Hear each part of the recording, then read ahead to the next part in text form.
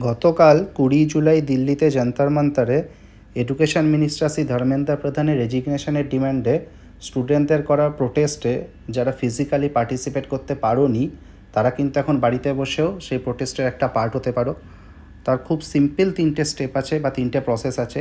First হচ্ছে email, direct mail করা যেতে পারে। এই দুটো যে ইমেল অ্যাড্রেস দেওয়া আছে তাতে ডাইরেক্ট মেল করা যেতে পারে। খুব অল্প কথায় রিজাইন ইমিডিয়েটলি আর অল্প কিছু বডিতে আপনারা সেটা সাবমিট করতে পারেন। 2 নাম্বার পার্ট হচ্ছে বা প্রসেস হচ্ছে চিঠি লিখে ডাইরেক্ট ওনাকে এই অ্যাড্রেসে চিঠি লিখতে পারেন, তার রেজিগনেশনের ডিমান্ড করতে পারেন। আর 3 নাম্বার পার্ট হচ্ছে বা প্রসেস হচ্ছে আপনারা ডিজিটালি পেটিশন সাইন করতে পারেন।